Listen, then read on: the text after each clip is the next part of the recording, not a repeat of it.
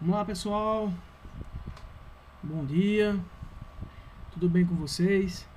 Vamos começar agora uma nova fase da nossa saúde mental. Vamos começar a falarmos das doenças mentais, né? As doenças principais psiquiátricas e neurológicas. A primeira delas, vamos falar sobre o autismo, né? Acho que vocês já ouviram falar bastante sobre autismo, mas hoje nós iremos falarmos com mais evidências e um pouco mais detalhada. Sobretudo, um pouco mais de nível técnico, nível médio, né? Porque o autismo ele é um distúrbio muito complexo, né? E que leva bastante tempo, e nós vamos tentarmos sintetizarmos o máximo para que vocês possam compreender a doença, e quando forem abordar alguma palestra, fazer participações no CAPS, participar de projeto terapêutico sobre algum paciente autista, do transtorno do espectro autista, vocês possam também debaterem e entenderem do que se trata, não é isso? Portanto, vamos lá. A palavra autismo, né, significa autos, vem da palavra, da etimologia da palavra autos, que significa de si mesmo, ou seja, a pessoa ela é voltada para si, seus sentimentos, suas emoções. Ele não consegue externar as nossas gírias linguísticas humanas, né? A forma com que a gente repassa nossos conhecimentos, os aprendizados, as imitações que desde criança a gente vê dos nossos pais, para que a gente possa aprendermos. Portanto, é impossível isso acontecer nos casos mais graves do autismo clássico, né? E isso é o que significa a palavra, né? Portanto, vem assim, resumindo, é um isolamento. O autismo significa um isolamento. A pessoa acaba se isolando do mundo, né? Nesse sentido mais amplo. Claro que com os tratamentos, com terapias cognitivas, a criança principalmente, quanto mais precoce o diagnóstico, melhor para ser tratada, para que ela possa ter o máximo de autoindependência, né? Para que não seja bastante comprometida com ela. Portanto, mais na frente vamos falar sobre isso com mais evidência. E o autismo, né, é um transtorno neurológico caracterizado pelo comprometimento, é um tríade, né? É um tripé de 3 grandes sinais, né, alterações que ele acaba sendo acometido. A interação social, ele não consegue interagir socialmente. A questão da comunicação, nem a verbal, a linguística, a falada, como a não verbal, nem as expressões. Você vê que quando uma criança, mesmo ela sendo surda e muda, ela não consegue falar, mas ela quer apontar alguma coisa para o pai, né? Ela puxa pela camisa, ela faz algum gesto para poder sinalizar aquele determinado assunto. Nesse caso aqui, essa comunicação é falha, né? Nem a verbal e nem a não verbal. E comportamento restritivo e repetitivo. O autista, ele tem um comportamento bastante restrito, único praticamente, e de forma repetitiva. Isso a gente vai dar mais exemplos mais na frente. Portanto, quero que vocês saibam agora que há um comprometimento na interação social, na comunicação e no comportamento. Isso aí é muito importante vocês saberem isso agora. Hoje, né, na década de 90, no início, quando foi, já falar um pouquinho da história, ele era conhecido como autismo, a palavra autismo mesmo, mas hoje, né, ele recebe o nome de transtorno do espectro autista. Por quê? Porque o autismo ele não está ligado a uma situação só, a uma apresentação só, única.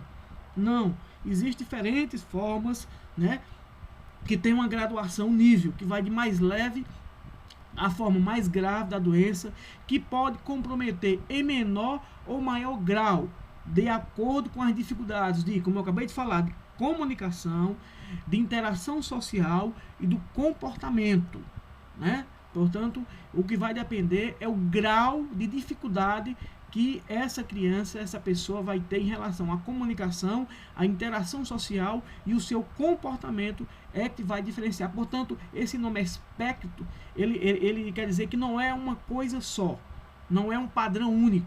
Existem várias situações, várias apresentações desse transtorno, né? Porque não é só um sintoma, né?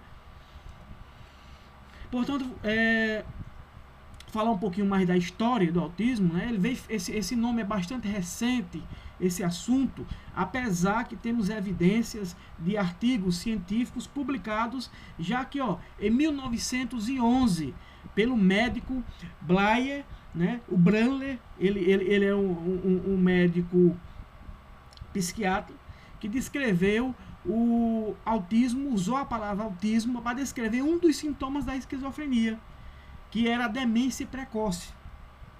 As pessoas que eram esquizofrênicas, fez um estudo e descreveu, né, essa questão da demência precoce, onde as pessoas tinham dificuldade de interagir entre elas. E isso promovia o quê? Um isolamento, que era característico na época dos esquizofrênicos, mas que foi denominado como autismo, já que você viu que o autismo tem esse significado de isolamento. Por isso que ele descreveu na esquizofrenia o autismo, não é isso? Mais em diante, sem saber até mesmo desse estudo do Brandler, em 1911, mais um médico, e dessa vez um austríaco, o Leo Kanner, ele descreveu, né, uma forma diferente do autismo, né, um artigo em que ele estudou várias crianças, né, e essas crianças apresentaram uma condição neurológica específica, onde elas tinham também uma incapacidade de se relacionar normalmente entre as pessoas, desde o início da sua vida. E isso foi muito importante, foi fundamental para o descobrimento mais na frente dessa doença, né? E ele separou, no caso, a esquizofrenia, o autismo da esquizofrenia. Ele deixou bem claro que não era um sintoma da esquizofrenia. Ele separou, né? Só que o Kanner, dentro do seu artigo, ele colocou como uma das possíveis causas do autismo seria a mãe geladeira. O filho tinha aquele comportamento, essa tendência, essa não relação social, devido às mães não passar carinho, não ser interativa com os filhos, não ser presente na vida deles. Isso mais na frente foi desfeito, né, por si só, que não tem relação à forma como o comportamento da mãe com o filho ou dos pais, né? Ele tem mais uma característica hereditária, mais genética, disfunções neurológicas, do que essa questão de falta de relações da mãe com o filho. Isso aí foi mais esclarecido, foi quebrado por outro estudo desenvolvido pelo Asperger. O Asperger é um médico também alemão, em 1944, Hans Asperger, que ele descreveu já, sem saber desses dois estudos, fazendo um estudo também com crianças, um artigo que ele realizou um estudo com esse grupo de crianças. Ele descreveu sem saber ainda que existia, porque naquele tempo os estudos científicos não eram tão consolidados como é hoje. Ele acabou evidenciando o autismo sem ter relação nem com o Blair e nem com o Kanner, né? Ele fez um estudo separado onde mostrou, né, que crianças semelhantes, né, elas tinham a sua inteligência preservada, ou seja, a sua cognição muito bem estabelecida intelectualmente, elas bastante inteligentes, essas crianças, a linguagem estava preservada, mas eles tinham um comprometimento nas habilidades sociais, ou seja, eles não conseguiam estabelecer relações sociais.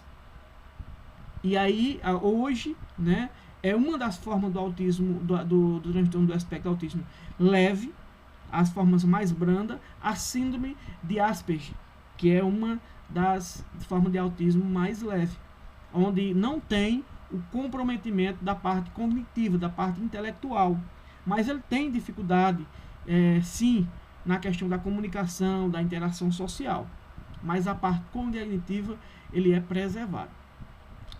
E aí, esse estudo, né, de Hans Asperger, ele foi transcrito na língua alemã. Só depois, em 1970, que esse trabalho foi traduzido pela médica, né, Larna Wing, que traduziu para o inglês. E aí o mundo todo tomou conhecimento do estudo de Asperger com relação ao autismo. E aí o tema passou a ser abordado, e aí mais diagnóstico, mais estudos chegaram a esse nível mais amplo, né, do transtorno do espectro autista. É tanto que hoje no Brasil são aí aproximadamente 2 milhões de pessoas com esse tipo de algum sintoma apresentado pelo TEA, que é o transtorno do espectro autista. E, segundo o Instituto Americano, uma pesquisa que foi feita, a cada 68 crianças, ela é autista. Infelizmente é um número bastante alto, porque também aumentou e também devido à facilidade do diagnóstico. Tá aí, minha gente, ó. O TEA é essa pirâmide aí. Dificuldade na linguagem, dificuldade nos comportamentos, e os comportamentos são repetitivos e restritos, e dificuldade na socialização. Por isso que é bastante difícil a questão do autismo. Eu vejo assim como se fosse uma pessoa que caísse lá no Japão, um brasileiro, sem ter conhecimento da língua japonesa, sem ter conhecimento da literatura japonesa, e a pessoa cai lá. E a dificuldade de socialização, de comunicação, ela é muito grande, o que complica e interfere no comportamento das pessoas, né? Portanto, minha gente, vamos falar agora mais sobre o transtorno do espectro autista.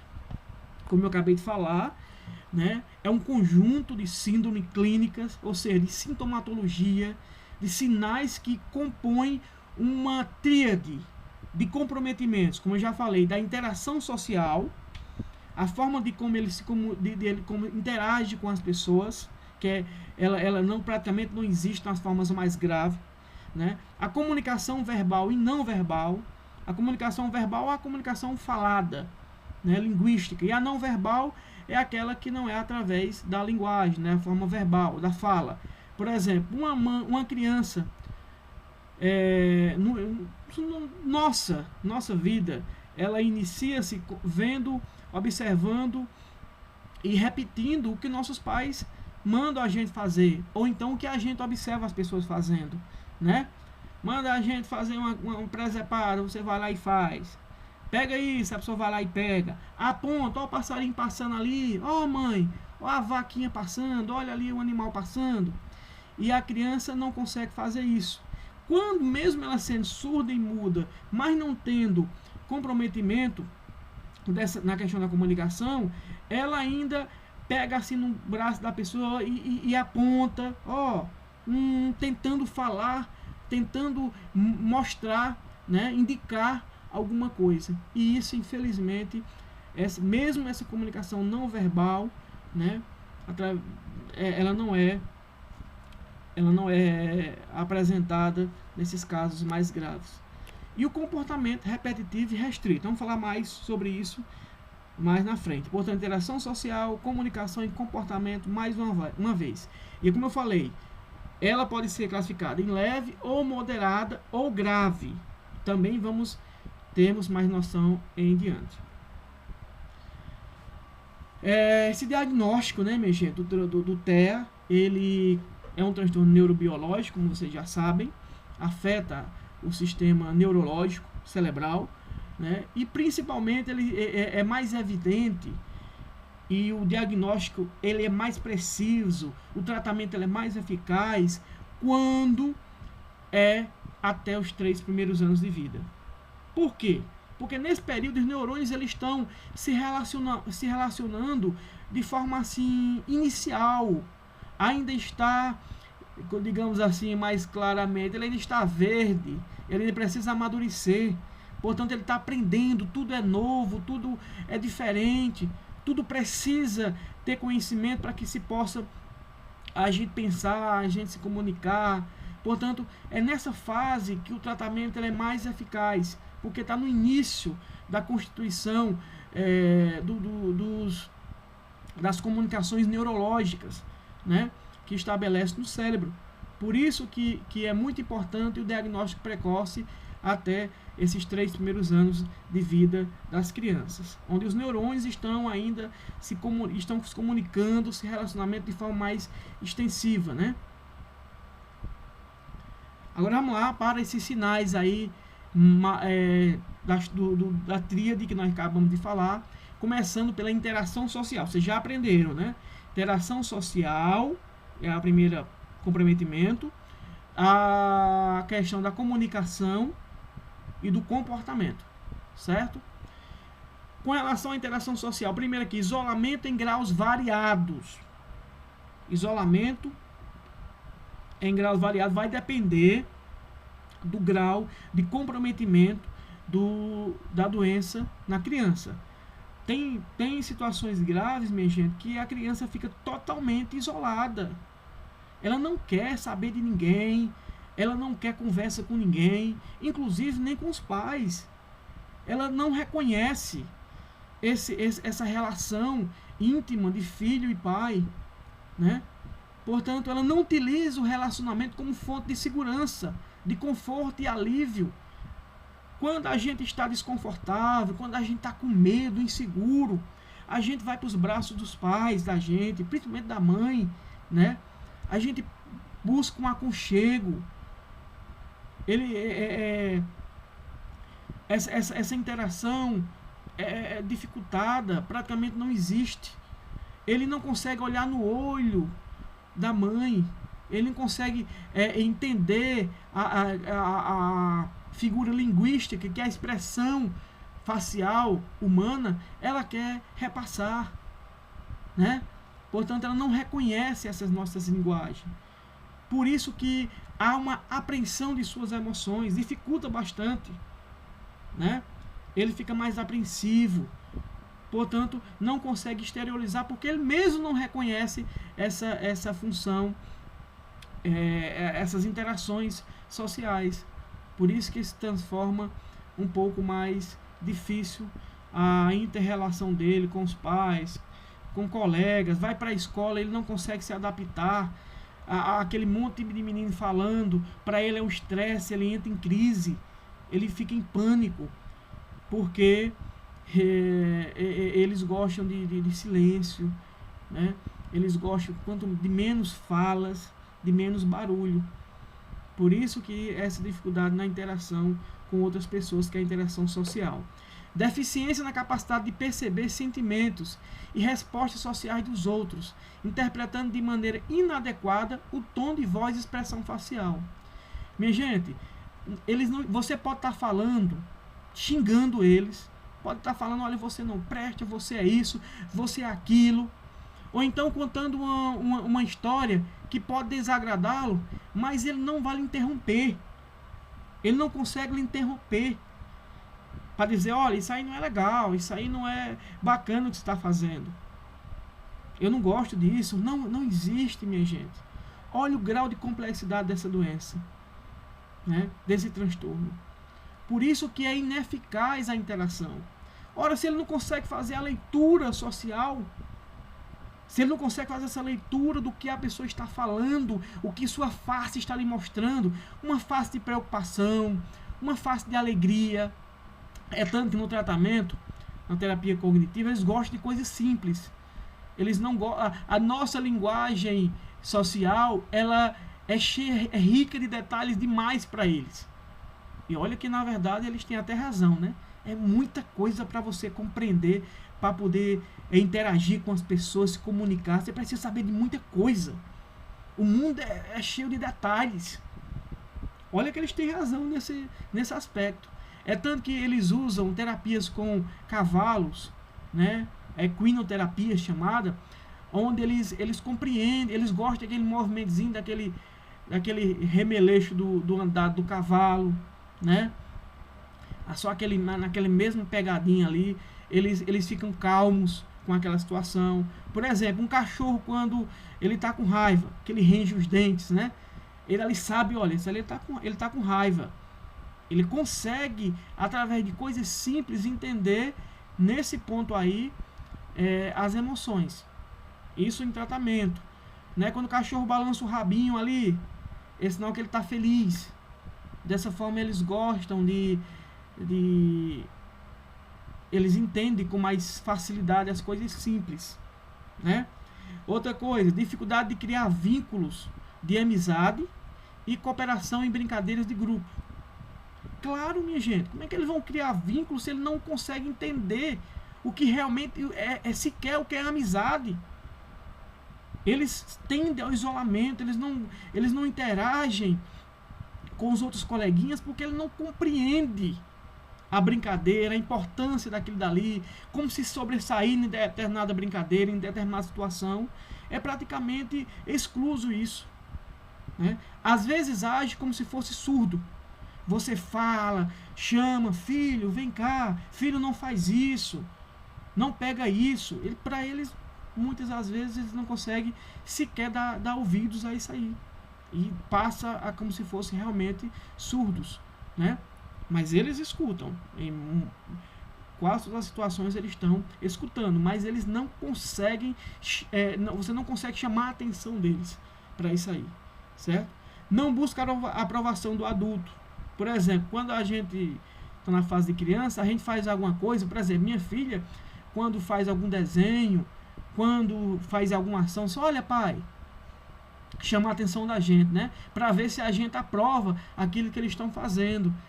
Se recebem, para ver se buscam um elogio, para chamar de inteligentes, né? Eles, infelizmente, eles não têm essa ação de perceber isso. Por isso, minha gente, que há um déficit na sua interação. Beleza? Questão da linguagem e comunicação. Há um comprometimento muito grande. Um déficit na compreensão da linguagem falada. E aí uma coisa puxa a outra. Se eu não consigo fazer a leitura da linguagem falada, se eu falar alguma coisa e a pessoa não entender o que a pessoa está falando, não consegue entender o que ela quer expressar com a voz, com a linguagem, fica difícil ter interação social. E o comportamento, claro, é totalmente distorcido do comportamento da sociedade humana normal. Fala pouco e a fala não tem qualidade social e reciprocidade. Praticamente não fala, né, minha gente?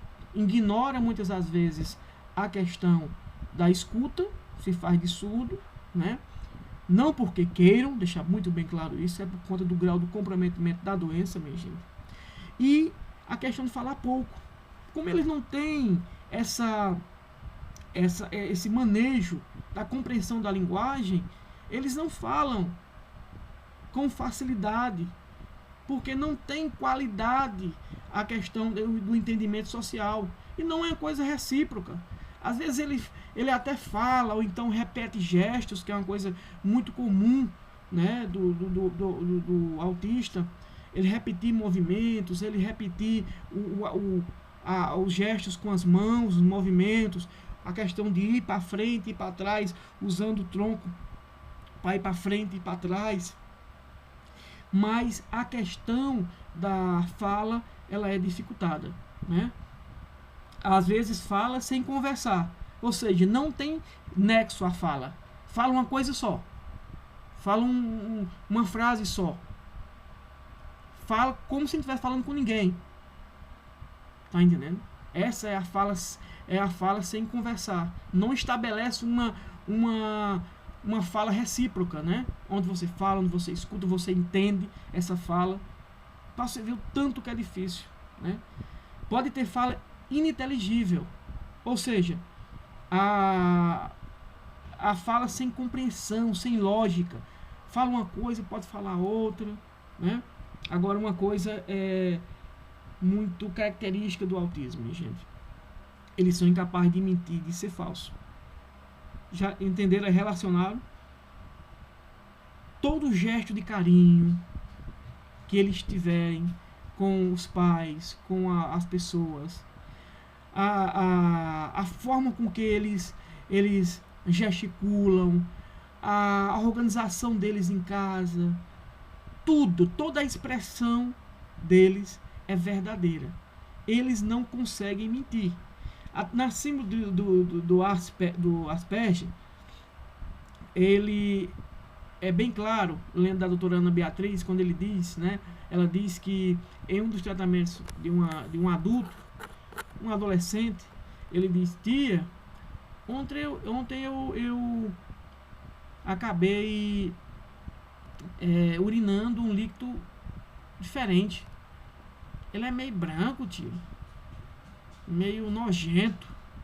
E aí, pra psiquiatra dizer a ele que aquele líquido ele era um esperma, na verdade, ele teve uma ejaculação, aí é metodológico, devagarzinho, explicando, né, a questão da reprodução, a questão dessa ejaculação, quando é que se tem, né?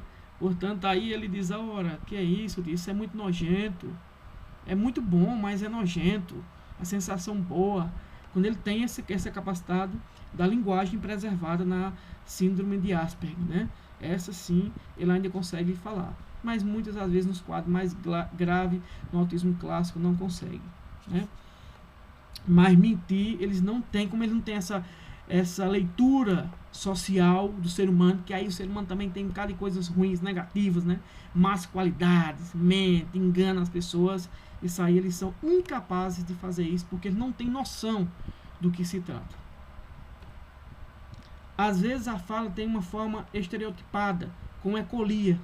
O que é ecolia? Repetir uma palavra só, dizer uma coisa só, né? Estereotipo, isso é marcado por ele, né? O estereotipo é uma coisa que eles fazem com repetição, né? Está agregada a eles. A ecolia é uma das formas estereotipadas, né? Eles gostam de repetir uma coisa só, um movimento só. Eles adoram, por exemplo, brinquedos lógicos que tem uma lógica. Por exemplo, um trenzinho que tem aquele trilhozinho que ele é automático, que ele fica só rodando. Ali eles adoram, ficam fascinados só olhando. Só que eles conseguem distorcer, né? Eles são fascinados mais por um movimento mais simples, né? Pega um carrinho, ele não está preocupado em pegar o carro e sair arrastando o carro, andando por uma estrada, por outra, no chão, né? Fazendo que é uma estrada. Não, eles pegam o carrinho e ficam rodando. Bota o carro de cabeça para baixo, fica fazendo aquele movimento com a rodinha, ela girando sempre. Porque para eles é mais fácil entender e isso acalma eles, né? É muito mais fácil. Frequentemente imita com perfeição as frases no mesmo tom de voz e ritmo de quem as pronunciou. Você fala para ele: filho, tenha cuidado com isso. Aí ele vai repetir o mesmo tom que você falou e as mesmas palavras que você pronunciou, né? Tenha cuidado, tenha cuidado, tenha cuidado, tenha cuidado, tenha cuidado, tenha cuidado. Que é isso que a ecolia faz, na verdade. Alguns aprendem a ler precocemente, sem a ajuda dos outros, né? A ler e a escrever, né? Contudo, demonstra pouca compreensão do que foi lido e não sabem utilizar essas informações para a comunicação com as outras pessoas.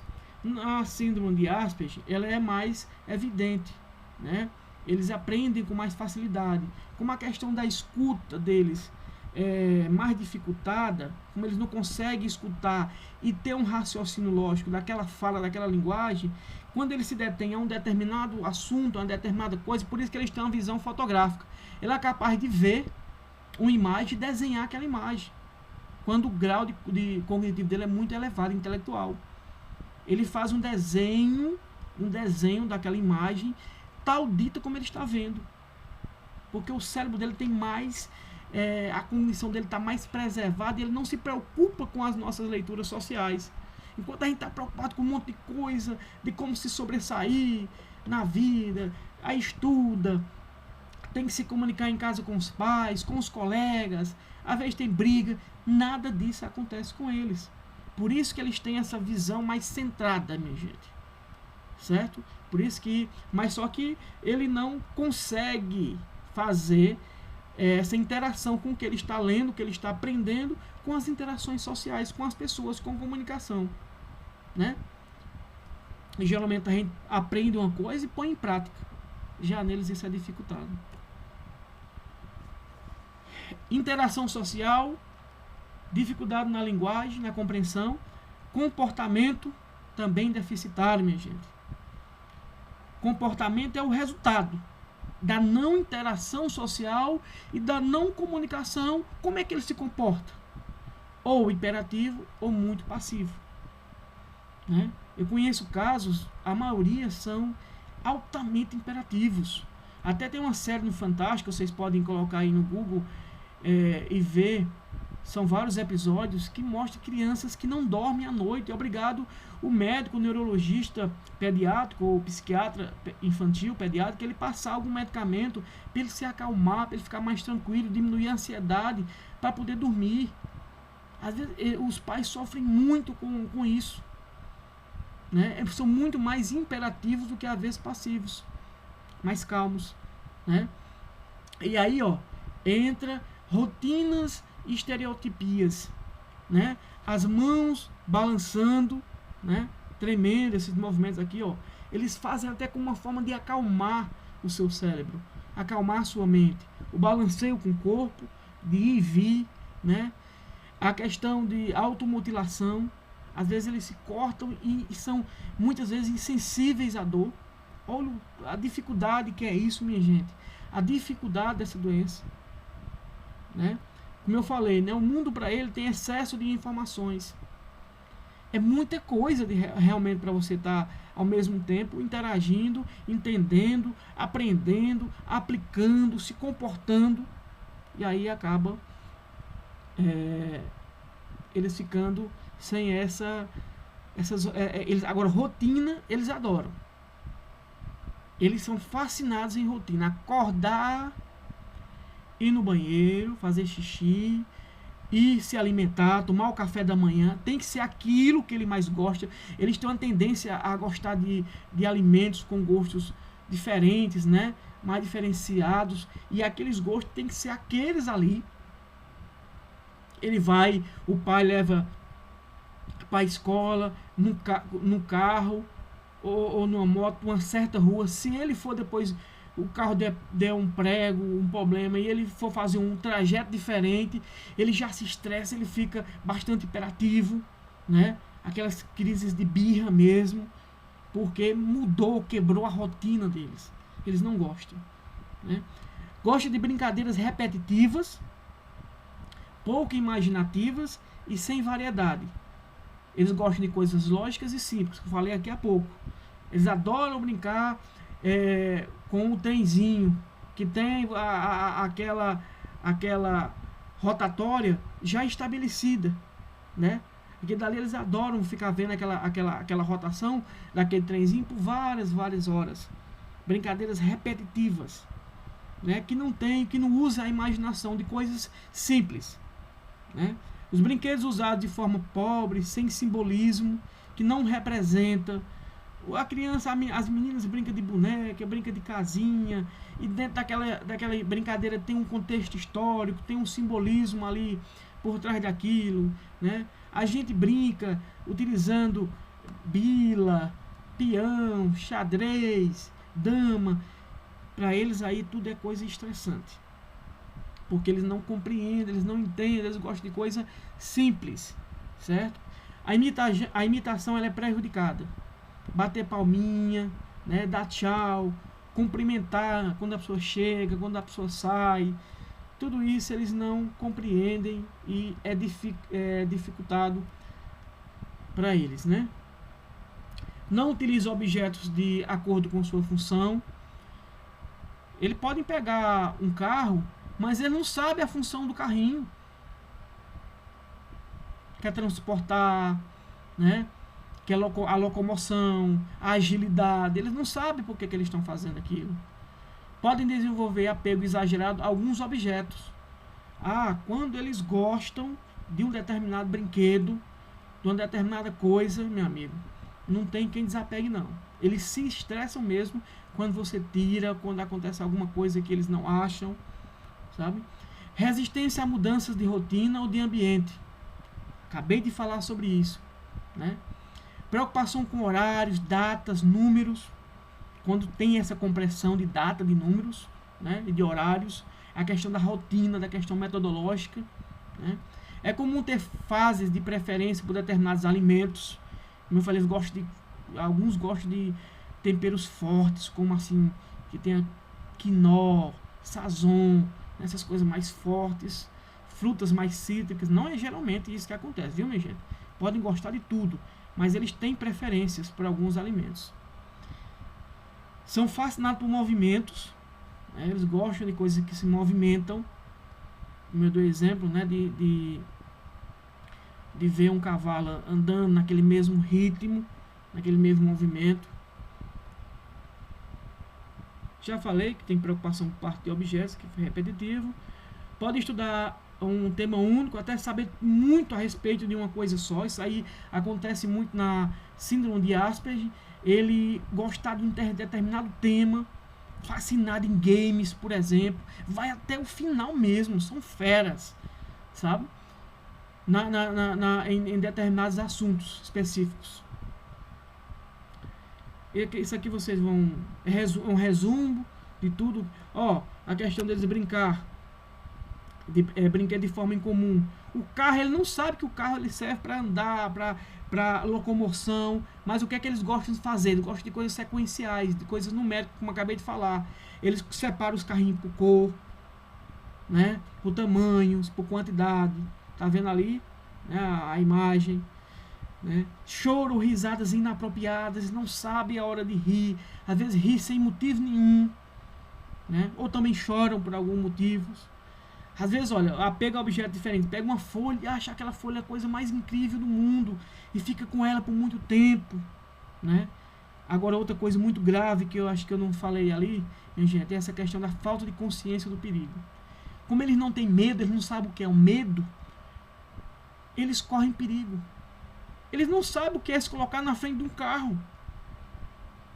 Uma cobra, eles não sabem correr, agir antecipadamente para se proteger dessa cobra. É muito perigoso. Por isso que a complexidade de cuidar dos pais exige muito dos seus pais, né? Muito, muito.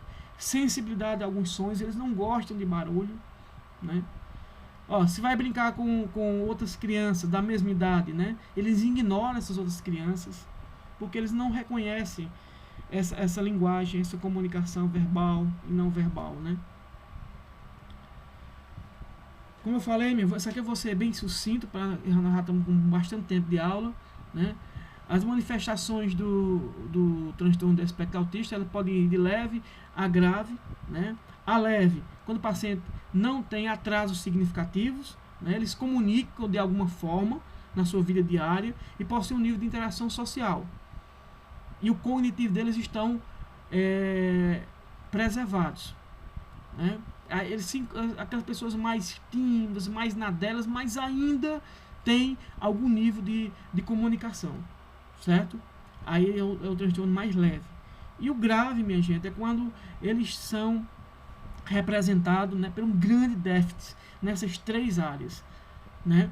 Na questão da interação, da comunicação social, né, da comunicação verbal e não verbal, da interação e do comportamento. Eles são bastante precários. Uma dificuldade, uma rigidez grande nas rotinas, nos estereotipos, né, são bastante incapacitantes. Quando você vê aquelas crianças fazendo aqueles movimentos com as mãos, com o corpo direto, né, às vezes larga a cabeça na parede, bate e não sente a dor. Isso é muito intenso, né? Por isso se torna bastante um grau de comprometimento muito grande. Por isso que é um transtorno grave, né? E os tipos de autismo clássico, que é esse aí o mais grave, quando tem um grande déficit, né, nessa tríade, ele é mais grave, é o clássico, minha gente. O autismo de alto desempenho, né, ele tem uma certa dificuldade na interação social, né, na comunicação, mas a questão linguística dele, a fala e o intelectual, né, é bastante intenso. Por isso que eles são muito inteligentes, têm um grande desempenho, praticamente em algumas áreas, né, onde eles se concretizam mesmo numa determinada área, eles são bastante desenvolvidos. E tem, quando ele sai do clássico e nem é Asperger, ele pode entrar no distúrbio global de desenvolvimento da criança, com outra especificação que não seja autismo, certo? O diagnóstico, minha gente, é importantíssimo acompanhar isso, o diagnóstico que seja nos 3 primeiros anos de idade da criança, onde os neurônios estão em pleno desenvolvimento, né? A família ela é quem diz, né, o comportamento, é muito importante a fala da família, principalmente dos pais, né, que mostram bebês diferentes, bebês que não conseguem ainda até os 18 meses de idade, ele é indiferente com relação aos outros bebês, porque, por exemplo, ele não consegue acompanhar você coloca uma caneta, assim, um objeto na frente dele, ele não é capaz de acompanhar com os olhos o movimento dessa caneta. Quando a pessoa fala com a criança, chama a atenção dela, não olha para você, ela ignora. Quer dizer, esses sinais que o bebê vai apresentando, que a criança vai apresentando, vai para a escola, ele não consegue ficar com os colegas, ele não interage com o colega, ele fica isolado, fica naquele canto ali, tem birras por qualquer coisa, se estressa com facilidade, tudo isso que muitas das vezes ignora a fala dos pais, se faz de surdo, a fala é comprometida, praticamente não fala. Tudo isso vai fazer parte do diagnóstico, e quanto mais precoce, melhor. Existem exames para diagnosticar o TEA, Micael? Não. Existe assim, fazer uma ressonância magnética, às vezes os médicos pedem exames de surdez, né, com a fonoaudióloga, para ver se faz um diagnóstico diferencial, se diferencia de outras doenças que não seja o transtorno do espectro autista, certo? Mas não tem um que determine o autismo.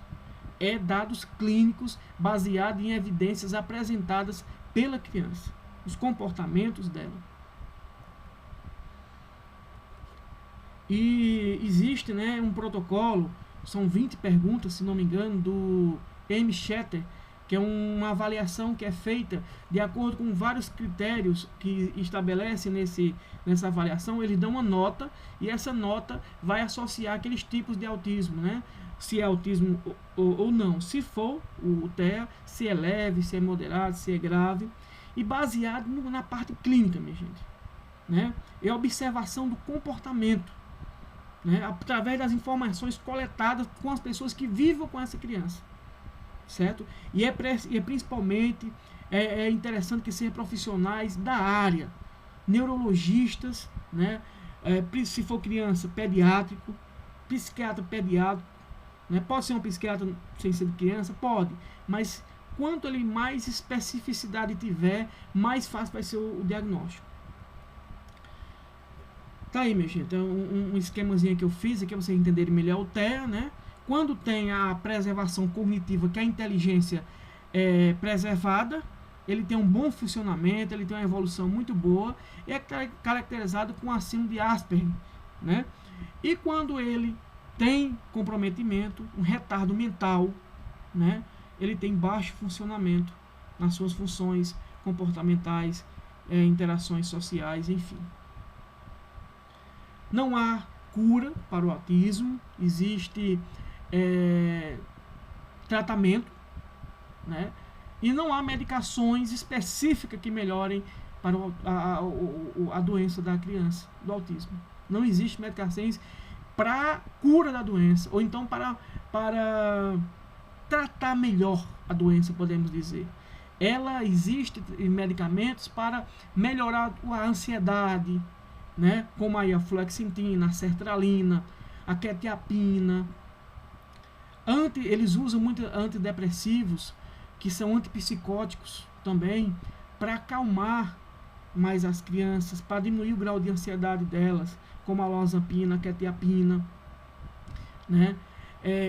Se tira a ansiedade, reduz a agitação dela, a hiperatividade dela, ela consegue dormir melhor com esses medicamentos, né? É mais como para acalmar, né?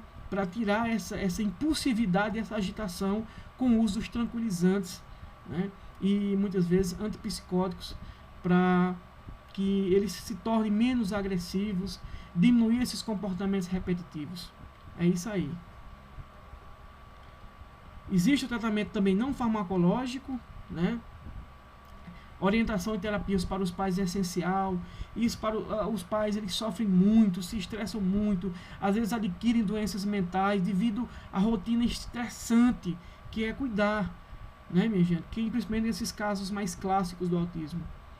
Eu tenho na minha família pessoas que sofrem, que têm criança autista, com aspecto autista, que sofrem bastante com isso. É muito comprometedor. É um cuidado incessante, né? A pessoa não para praticamente. É um cuidado, uma observação contínua. E o Brasil ainda não está adaptado aos tratamentos, às cidades. Não tem políticas ainda, centros de terapias padronizadas, gratuita pelo SUS. Isso dificulta bastante. Aqui em Aurora foi criado o NAASF, né? Um núcleo de atenção às crianças autistas, que tem o fonoaudiólogo, que trabalha a questão da comunicação verbal e não verbal, da fala, da linguagem. Tem a psicologia, que trabalha a questão da interação social, né? Ensina os padrões humanísticos, né? Os padrões repetitivos, tenta tirar das crianças, até para diminuir o risco, né? De cair em estados mais críticos, como depressão e suicídio. Psicologia é muito importante, principalmente na fase adulta. A psicologia é mais indicada. A terapia ocupacional, né, para a questão da coordenação motora, cognitiva, intelectual. Aí você tem um exemplo aí, a terapia cognitivo-comportamental. Elas vão ensinando a questão da psicopedagogia, é essencial. Né? Existe uma forma de aprendizado na alfabetização, na continuidade dos estudos, que tem um profissional que tem uma linguagem diferenciada, métodos diferenciados. Tá aí uma foto aí que mostra, né, que tem que ser mais metodológico, mais compassivo, para que eles possam entender melhor, né? Hoje tem essa questão dos auxiliares, dos professores nas salas de aulas, os cuidadores, né, chamados, mas a maioria não tem capacitação, não tem conhecimento da doença e não conseguem transpassar para a criança realmente o entendimento daquela aula. Os professores também, a maioria não tem capacitação, não tem uma política mais efetiva, e isso dificulta bastante o tratamento deles, certo? Mas é muito importante, né? Quanto mais precoce a estimulação precoce e o diagnóstico, melhor tem como a criança sim estabelecer padrões ao longo dos tratamentos mais eficazes, que não comprometa tanto esse tríade que eu falei para vocês. E o segredo é o tratamento precoce, é o diagnóstico precoce, onde os neurônios estão em desenvolvimento. É mais fácil de aprendizado tudo que ensinar para a criança. Isso aí é evidente, minha gente. Minha gente, espero que vocês tenham entendido, tenham aprendido.